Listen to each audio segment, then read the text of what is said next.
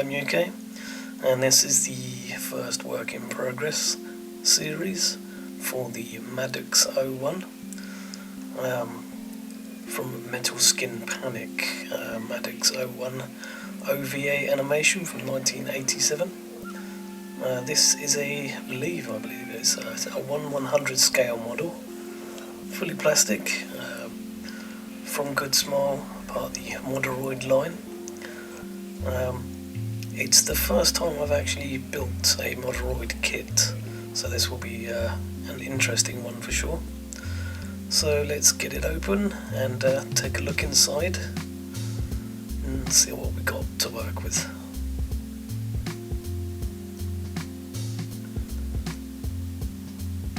Okay, it's a standard fare inside. Pretty clear manual, same as any kind of Bandai model kit really. No glue required, thankfully. Usual parts, count, runners. There's a second manual here that just shows how to put on the optional parts, the flaps for the wings for example, and how to attach that huge weapon to its backpack, and use the different optional arms and so on. Let's just have a quick look through the runners. There were 20 in total.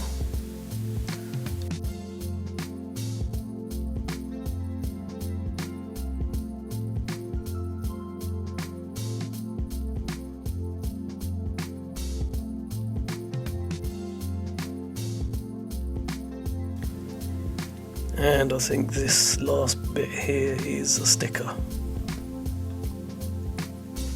So here's the body part.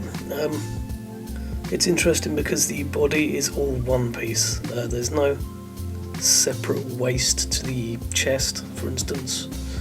No separate shoulders or anything like that. It's all just one big lump. I suppose it makes sense. The pilot's head is located underneath this sort of carapace, which is quite interesting, so I'll be painting that separately. And I do enjoy this very late 1980s aesthetic. These arm parts have sliding parts that go forwards and backwards. I'm not quite sure why. I think they hide these hands when they're clenched together, they're like tiny versions of these hands. Kind of clawy-like grabby hands.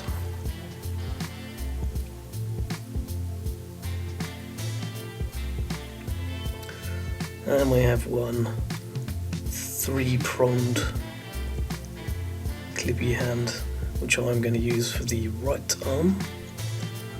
And this has the shield sort of configuration on it. You can change that for a gun configuration. I'll show that later on. This is the left arm.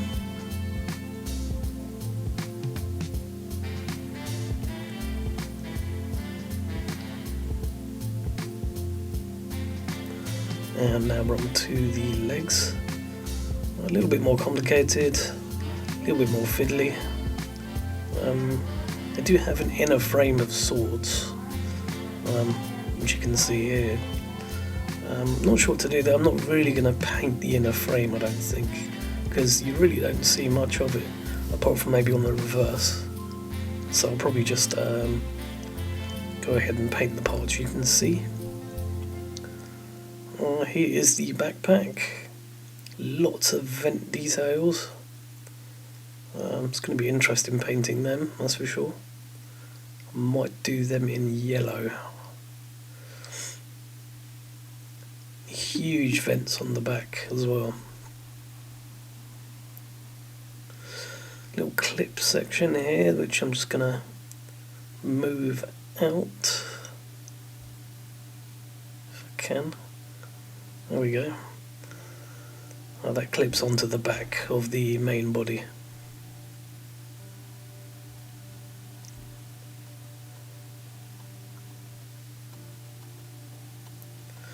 And here is the backpack completed. It has like a little section below where you can either have this separated kind of booster part, I guess, or the closed part. I've just put the closed part on for now. Here are the wings with the flaps closed. Again, this is like a different configuration you can have. These are sort of tiny, I guess they're like chaff launchers or something. This is what's called the 35mm gun. You can either have a bullet chain going in there, or you can have this kind of ammo box attached to it. I'll probably go for the bullet chain because it's going to be easy to paint. And here is that mother of guns. The pretty cool bullet chain coming out of it. It's rubber, although I'm not sure how or what I'm going to do paint wise with that. I might even just leave it.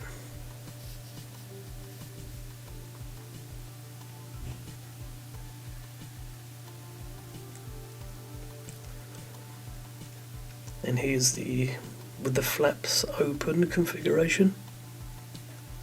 I'll have to paint this section the same colour grey, so it looks like the flap has opened and these kind of vent parts are coming out of the wings. Here's the body here, all completed. And I'm going to start attaching the pieces. And this, I assure you, was an absolute bugger to get in, because these pegs are very, very short, and I don't have much space to put it in. So here we go, that's the completed assembled Madox-01 kit. I think it looks really cool, I'm really pleased with it.